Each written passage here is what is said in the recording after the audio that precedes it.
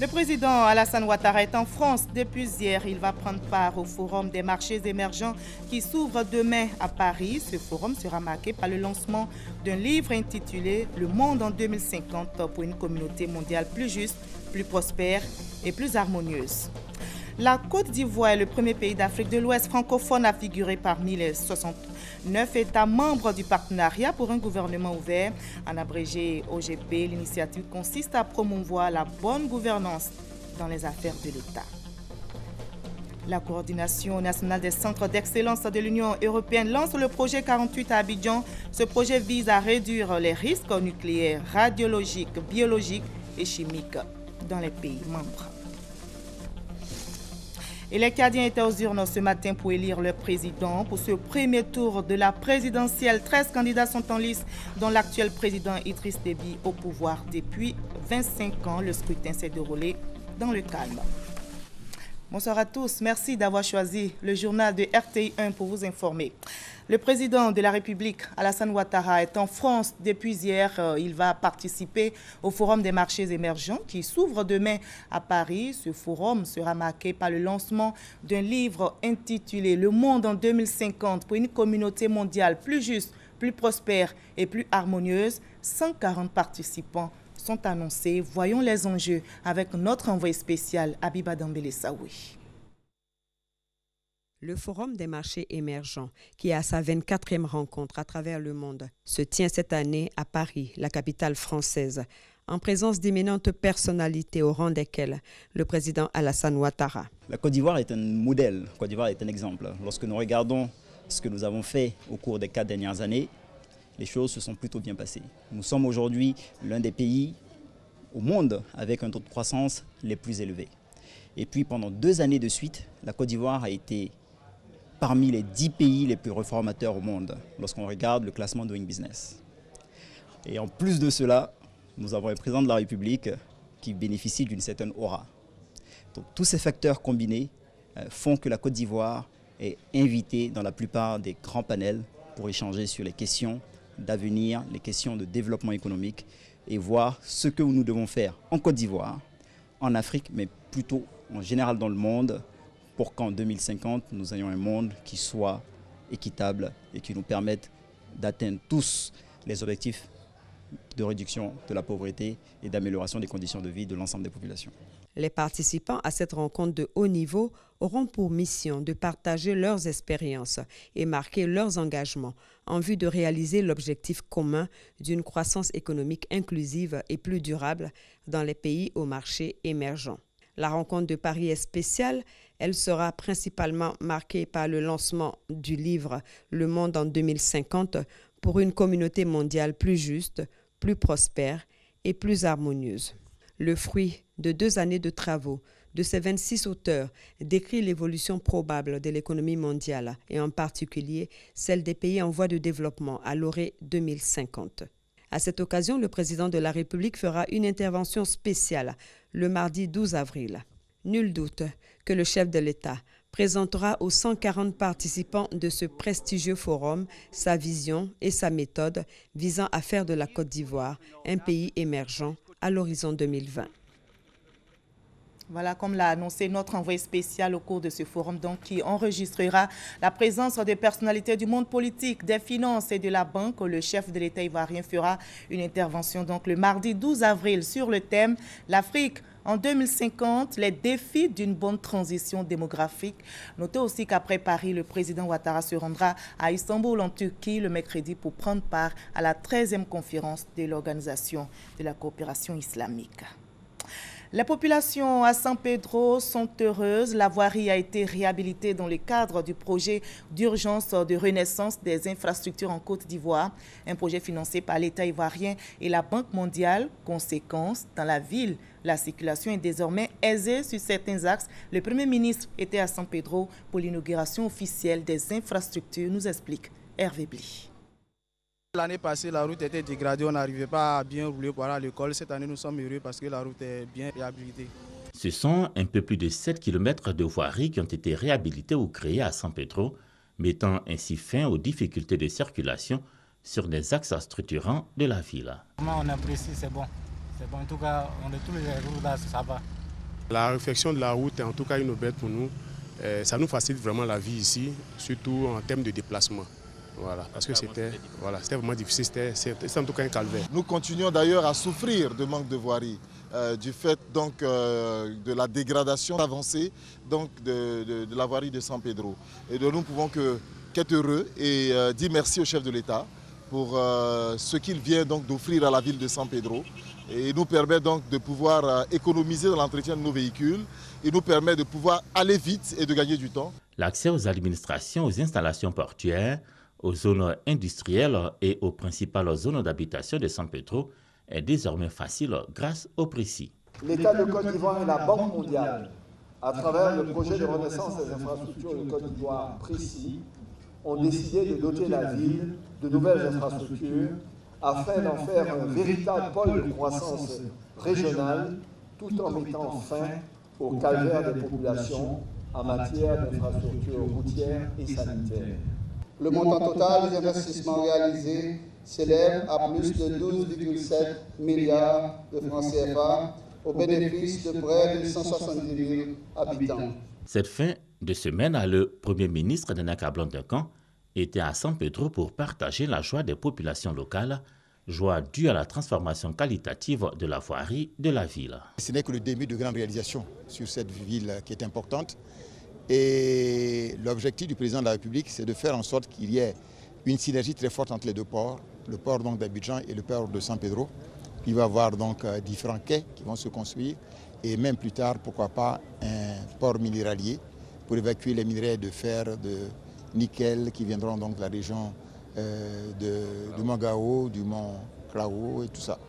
Le Premier ministre n'a pas manqué de le réaffirmer, l'État de Côte d'Ivoire et la Banque mondiale restent mobilisés pour la renaissance de la cité balnéaire. Après San Pedro, Abidjan, le Premier ministre Daniel Cablan-Duncan a eu d'autres activités. Il a reçu des opérateurs économiques. Le chef du gouvernement ivoirien a échangé avec un groupe sud-africain spécialisé dans le domaine du transport. Le groupe a des projets pour la Côte d'Ivoire. Après les Sud-Africains, Daniel Cablan-Duncan s'est entretenu avec le groupe Cargill. Au menu, la lutte contre le Shoal and Shoot, maladie qui menace les cultures de cacao. L'État ivoirien veut pouvoir compter sur des groupes comme Cargill pour circonscrire ce fléau. Enfin, le Premier ministre a échangé avec un responsable d'une entreprise nigériane qui souhaite investir dans plusieurs secteurs d'activité en Côte d'Ivoire, notamment l'électricité, la cimenterie et l'engrais.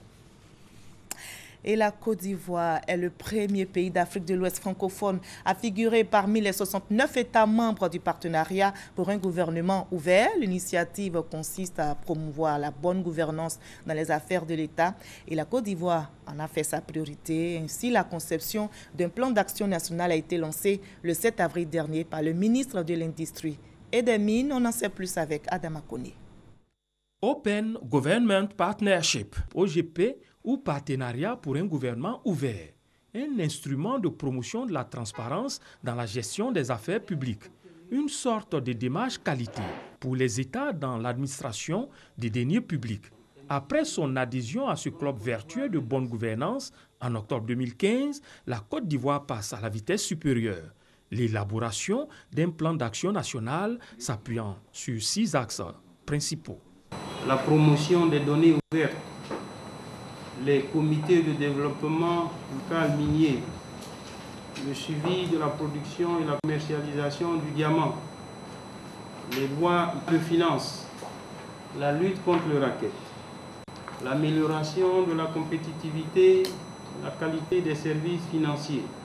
Ce plan d'action qui mobilise l'administration publique et privée ainsi que société civile doit consolider la position de la Côte d'Ivoire dans le partenariat pour un gouvernement ouvert. L'enjeu étant l'attraction des investisseurs par de bonnes pratiques de gouvernance. Ce plan d'action doit être disponible au plus tard, le 30 juin 2016. Dans l'actualité politique, le PDCI, le parti est en fête depuis hier. Le Parti démocratique de Côte d'Ivoire célèbre ses 70 ans d'existence jusqu'au 30 avril prochain. L'ambiance était donc à la fête hier à Trècheville, une ambiance carnavalesque que nous rapportent Laure Magnécé et Sidonie Davila. Pour l'âge de la sagesse, le PDCI a tout prévu. La cérémonie de lancement a débuté avec la jeunesse du parti.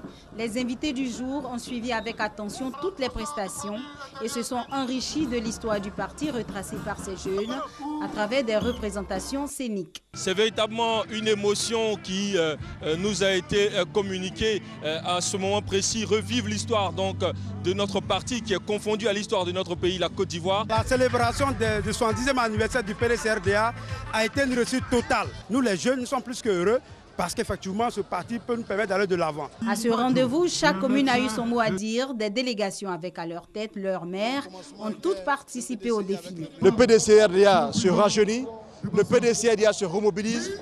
Les défis à venir sont importants et nous disons que c'est une étape importante dans la vie de notre parti. Je suis fils de membres fondateurs et nous ne pouvons qu'être heureux de voir que nos doyens nous accompagnent toujours et nous donnent des conseils de sages pour que nous puissions ramener le PDCI dans un schéma de paix, de rassemblement, d'union. Parade carnavalex, le parti a fait de cet événement une véritable réjouissance. Nguès Bonsens et Antoinette Conan étaient de la partie. Des écrans de part et d'autre pour permettre à tous de vivre cet événement sans rien rater et célébrer cet anniversaire d'un parti auquel tous les membres sont fiers d'appartenir. Si la Côte d'Ivoire aujourd'hui reste debout, c'est l'œuvre du PDCI-RDA. Le PDCI a gagné en maturité, en sagesse et peut apporter beaucoup à la Côte d'Ivoire. Nous sommes contents aujourd'hui de voir que nous avançons avec toujours le PDCI et que le RHDP, qui va encore être un grand rassemblement, que ce RHDP permet toujours de gouverner la Côte d'Ivoire. Ce samedi 9 avril, jour de l'ouverture des festivités marquant les 70 ans de l'un des plus vieux partis d'Afrique, ne sera pas oublié des militants. Et il en sera ainsi durant tout ce mois d'avril où vont se dérouler les festivités. Car pour les membres, il faut faire la fête en se focalisant sur un seul objectif, le repositionnement du PDCI-RDA. Mais à Jacquesville, dans la sous-préfecture d'Atou, l'ambiance n'était pas la fête. Heureusement, le calme est revenu après les affrontements entre les jeunes de Nigui à Soko et les populations du campement de Noubori. À l'origine, la mort d'un habitant de Noubori lundi dernier.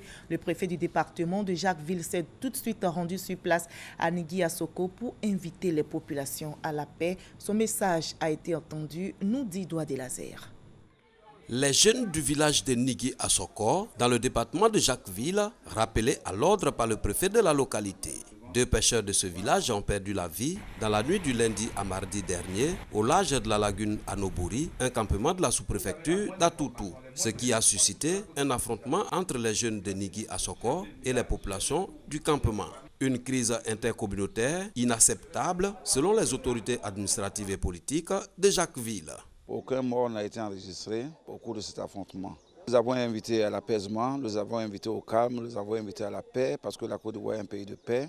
Le procureur a été saisi des 2 cas. Aucun crime ne sera impuni en Côte d'Ivoire. Se méfier de la rumeur lorsqu'ils ont une information qui n'est pas vérifiée. La jeunesse de Nigui à Soko a été sensibilisée à la paix et à la retenue afin que le calme règne dans la localité. Nous sommes prêts à faire la paix. À l'issue de cette réunion-là, nous allons essayer d'apaiser les cœurs.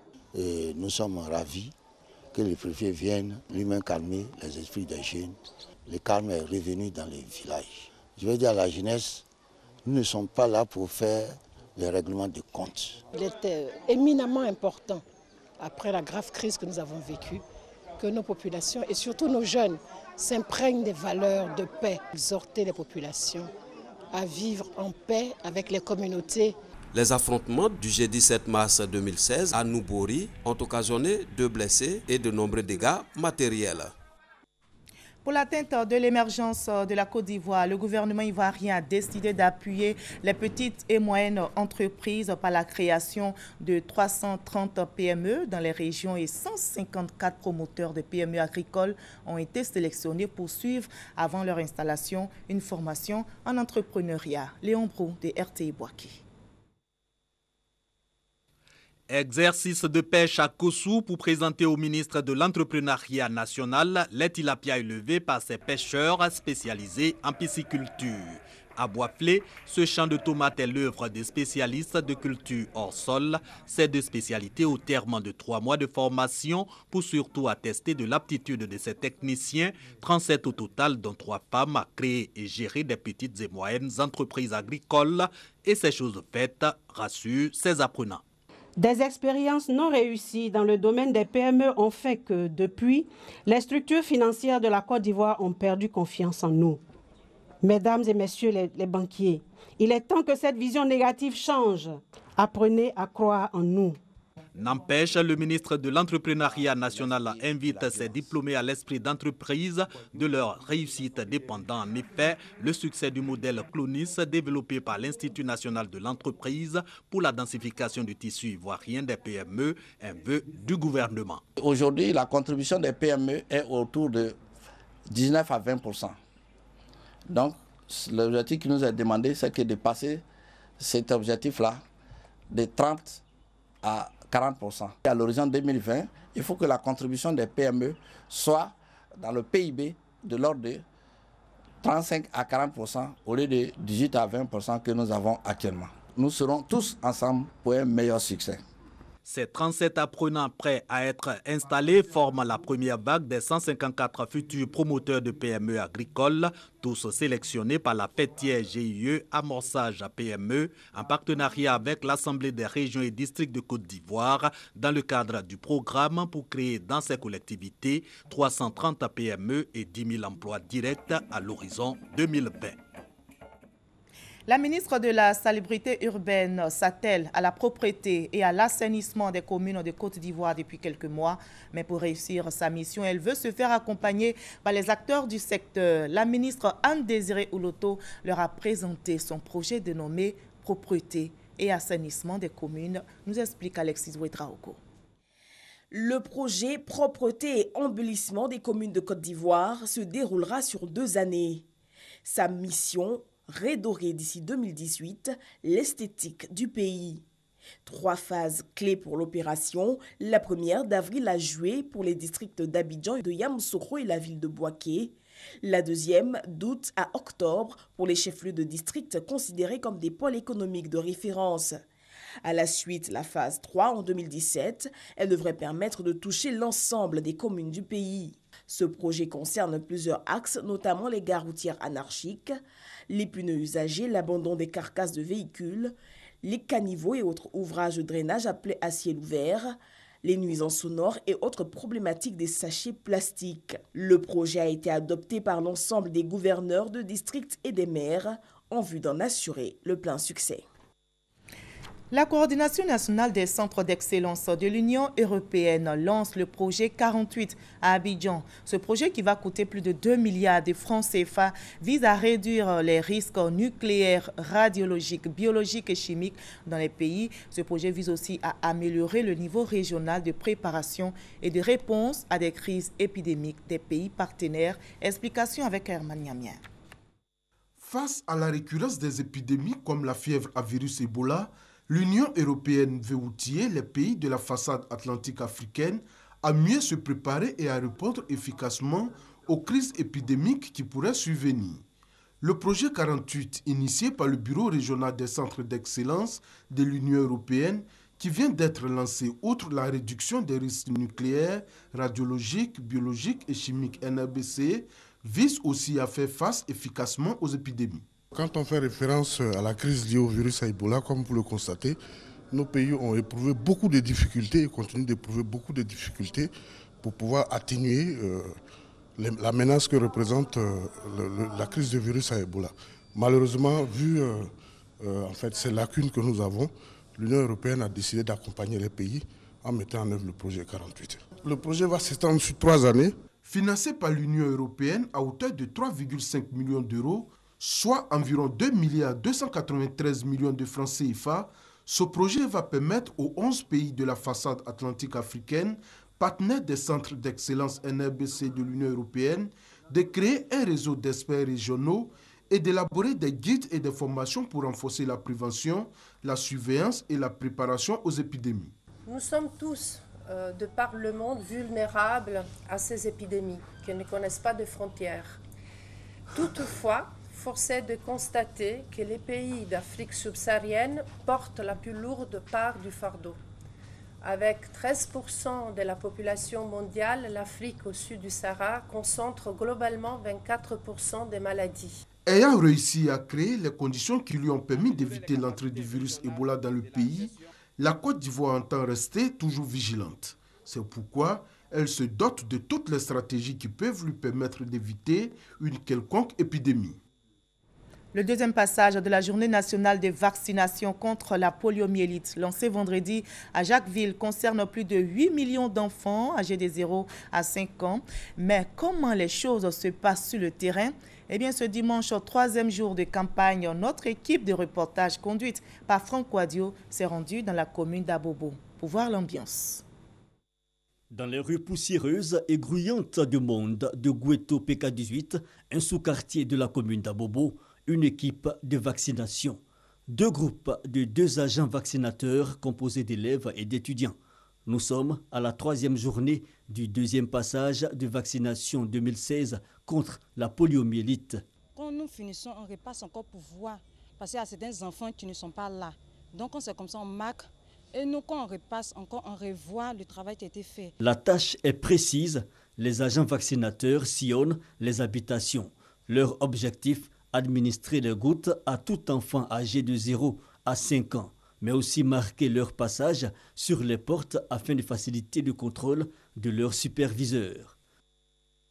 Dans les maisonnées comme dans les rues, les populations sont réceptives. C'est pour la santé, pour qu'ils grandissent bien. Tous on est contents. Quand on voit même on voit les enfants pour aller faire vacciner. Je demande à tous les parents de faire vacciner leurs enfants.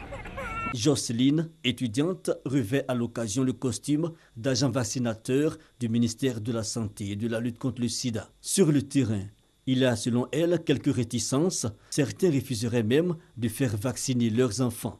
Il n'a pas voulu donner de prétexte, Comme c'était le premier jour, on a dit qu'on va signaler à notre encadreur, on l'a signalé, nous repasserons là-bas et puis essayer d'échanger avec lui.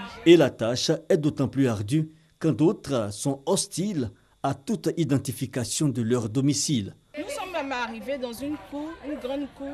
Les autres ont accepté. Mais la dame dit qu'elle ne veut pas qu'on marque sa porte. L'enfant a été vacciné. Or, quand c'est comme ça pose problème. Donc on a insisté, elle dit qu'elle ne veut pas qu'on marque sa porte. Mais la sensibilisation de proximité reste l'arme essentielle. Quand vous avez appelé la jeune fille là pour lui demander si ma fille a pris, comme elle n'est pas envoyée ses 6 ans. Nous sommes au 3e jour, on continue toujours les vaccinations parce qu'il y a d'autres secteurs qui n'ont pas encore été vaccinés. Lancé depuis le 8 avril à Jacquesville pour prendre fin le 11 du même mois, le 2e passage de la campagne nationale de vaccination contre la poliomyélite concerne plus de 8 millions d'enfants de 0 à 5 ans. Et même si la Côte d'Ivoire est déclarée depuis le 15 novembre 2015 zone sans polio, la vigilance n'est pas relâchée par l'État de Côte d'Ivoire. Parlons maintenant éducation et notez en bref que demain, pour les candidats au BPC, session 2016, les épreuves physiques et sportives débutent demain, lundi, et prendront fin le vendredi 22 avril prochain. L'actualité, c'est aussi le retrait par l'État ivoirien des licences à 4 opérateurs exerçant dans le secteur de la téléphonie mobile en Côte d'Ivoire. Le sujet justement a été abordé aujourd'hui au magazine du dimanche, présenté par Fatou Fofana. L'invité, le directeur du cabinet du ministre de la Poste et de l'économie numérique, est revenu sur les raisons de cette décision du gouvernement. Il s'est aussi prononcé sur le sort des agents de ces compagnies de téléphonie. Voyons juste un extrait de cet entretien. Nous avons en 2012, début 2012, donné la possibilité aux acteurs du marché de fournir des services de 3e génération. Nous avions 4 licences, parce que techniquement, massivement, c'est 4 licences qu'on peut donner. Une des licences est encore là. La licence 3G, c'est-à-dire 3e génération, pour faire de la data, était à 6 milliards de francs. Aujourd'hui, un opérateur de cette nature qui ne fournit pas des services Internet, qui ne fournit pas de services data, vous pouvez être sûr, madame, qu'il est condamné à fermer boutique. Ça n'a pas été possible en 2012. Nous sommes en 2016. Ils n'ont pas pu se mettre en règle pour ne serait-ce qu'utiliser la 4e licence pour fournir la data. Quand le ministre les reçoit pour les mettre devant leurs responsabilités, c'est pour anticiper sur ce qui devait advenir, en leur disant, individuellement, je sais que vous ne pouvez rien faire, vous savez que vous ne pouvez rien faire. Si vous vous mettez ensemble, l'union faisant la force, on vous réserve cette 4e licence. Ça permettra, vous, de sauver vos actifs, si vous en avez quelques-uns, de sauver les emplois. L'objectif du gouvernement, c'est de faire en sorte que si des emplois sont créés dans le secteur, ce soient des vrais emplois. Et c'est la raison pour laquelle nous avons voulu que, ces opérateurs se mettent ensemble pour constituer un groupe fort. Et nous travaillons effectivement à faire en sorte que dans le choix éventuel du 4e opérateur, offrir de l'emploi prioritairement à ceux qui sont en train de perdre leur emploi est un critère qui va compter de façon substantielle. Mobiliser et sensibiliser les artisans ferrailleurs du district d'Abidjan encore sur les sites d'Eguerpi à regagner le nouveau site de la casse de Ndotré dans la commune d'Abobo. C'est l'objectif de la Chambre nationale de métiers de Côte d'Ivoire. Et bien justement, cette chambre est en campagne, nous explique Ange Euradé et Konepa Gassoro. Carrefour du Bonheur vous souhaite la bienvenue. Rue Fanny, zone artisanale bâtiment A et bâtiment B. Vente des pièces détachées toutes marques. Ces inscriptions sur ces murs indiquent bien que ces artisans ferrailleurs d'Eguerpi sur les sites d'Adjamé Garage et de Makassi occupent les différents boxes du nouveau site de Ndotré dans la commune d'Abobo. Ils se disent heureux d'être sur ce site qui leur procure beaucoup de bonheur. Grâce à Dieu, on arrive à payer nos maisons, on arrive à manger, on arrive à payer les scolarités des enfants, tout. Tu vois, non? C'est que si le début c'était dur, mais aujourd'hui, ça va, c'est mieux. S'ils sont nombreux, ces artisans ferrailleurs, à s'être installés sur le nouveau site, d'autres encore réticents préfèrent rester sur les anciens sites pourtant interdits. Un comportement dénoncé par la Chambre nationale des métiers de Côte d'Ivoire, soutenu par le ministère de la Salubrité urbaine.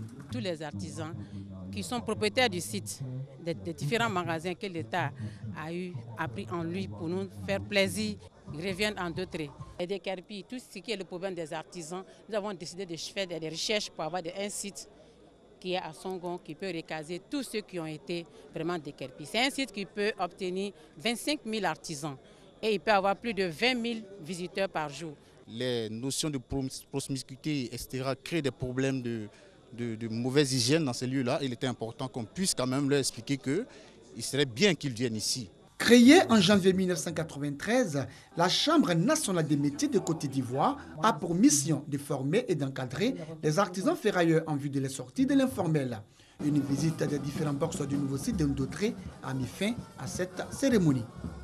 Les Cadiens étaient aux urnes ce matin donc pour élire leur président. Pour ce premier tour de la présidentielle, 13 candidats sont en liste, dont l'actuel président Idriss Déby, au pouvoir depuis 25 ans. Le scrutin s'est déroulé dans le calme. Idriss Déby propose de poursuivre ses chantiers d'infrastructure et d'améliorer le secteur agricole. Du côté des électeurs, les attentes sont nombreuses, notamment l'éducation et la sécurité. Et les Cadiens vivant en Côte d'Ivoire se sont prononcés sur ce scrutin. C'est au micro de nos reporters Mariam Sissé et Alexis Ruitraoko.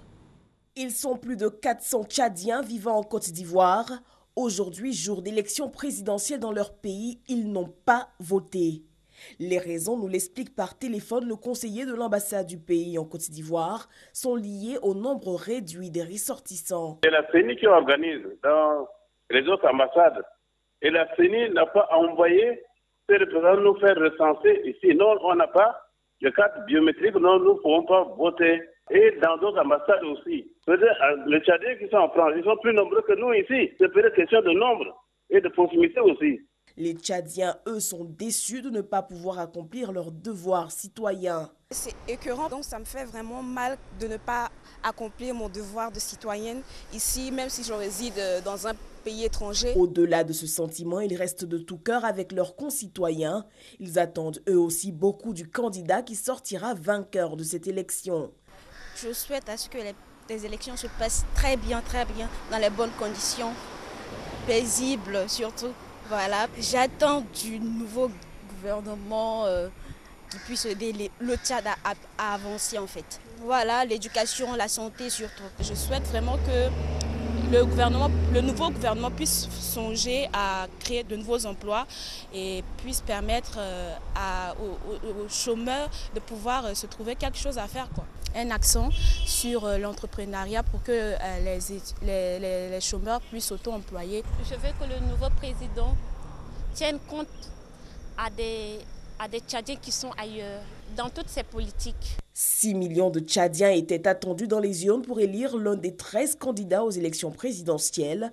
En attendant les résultats dans 15 jours, la diaspora, elle, espère le prochain développement du Tchad. Voilà, les Tchadiens en Côte d'Ivoire n'ont pas voté, mais comme on l'a vu, leurs attentes sont nombreuses. Un spectacle, tous nos drames. En Inde, plus de 100 personnes sont mortes dans un temple de la région du Kerala au sud de l'Inde. À l'origine, un incendie déclenché en marge d'un festival. La réserve de feux d'artifice a pris feu dans la nuit d'hier à aujourd'hui, alors que des milliers de personnes assistaient à un spectacle pyrotechnique. Le spectacle n'était pas autorisé pour raison de sécurité. Les autorités, elles, promettent d'ouvrir une enquête pour situer les responsabilités. Nous sommes dimanche aujourd'hui, à ne pas rater donc votre émission DDF Dimanche de foot sur RTI1 avec Cathy Touré à partir de 22h. Mais déjà, voyons ce qui est prévu au programme ce soir. Bonsoir Cathy Touré. Bonsoir Marie-Laure. Alors pour ce 10e numéro de DDF, eh bien, nous aurons encore des images exclusives comme DDF sait bien le faire. Aujourd'hui, nous avons donc suivi le match qui a opposé l'ASEC Mimosa à Al Ahly de Tripoli. L'ASEC Mimosa qui s'est bien comporté en remportant ce match, comptant bien sûr pour les 8e de finale aller de la Ligue des Champions. Je rappelle que l'ASEC est le seul représentant ivoirien en compétition africaine. À côté de ce gros match, nous aurons également la Ligue 1 qui était à sa 12e journée. Et puis toujours sur le plan national, le DOC Ivoire, lui, s'est intéressé aux personnes qui animent des métiers autour d'un match. Ce sont des personnes qui sont dans l'ombre, mais qui sont tout aussi importantes pour la réalisation d'un match. C'est donc le DOC Ivoire d'aujourd'hui. Et puis sur le plan international, eh bien, le DOC Inter, lui, était au cœur du match PSG-Manchester City, ce match qui comptait pour les quarts de finale aller de la Champions League. Et bien sûr, Marie-Laure, ce soir encore, vous aurez des images exclusives, comme je l'ai dit, avec des pros ivoiriens qui évoluent bien sûr à l'extérieur et toutes les informations sur les compétitions internationales. Rendez-vous donc à 22h, vous l'avez dit Marie-Laure, sur RTI1 pour vivre d'autres moments de football. Et comme les téléspectateurs, nous serons au rendez-vous. Merci Cathy Touré. Ce journal a été réalisé par Kane Bakari Korobogo et Sophie Brou. Il a été supervisé par Jean-Jacques Ouamé. Merci à vous tous de votre aimable attention.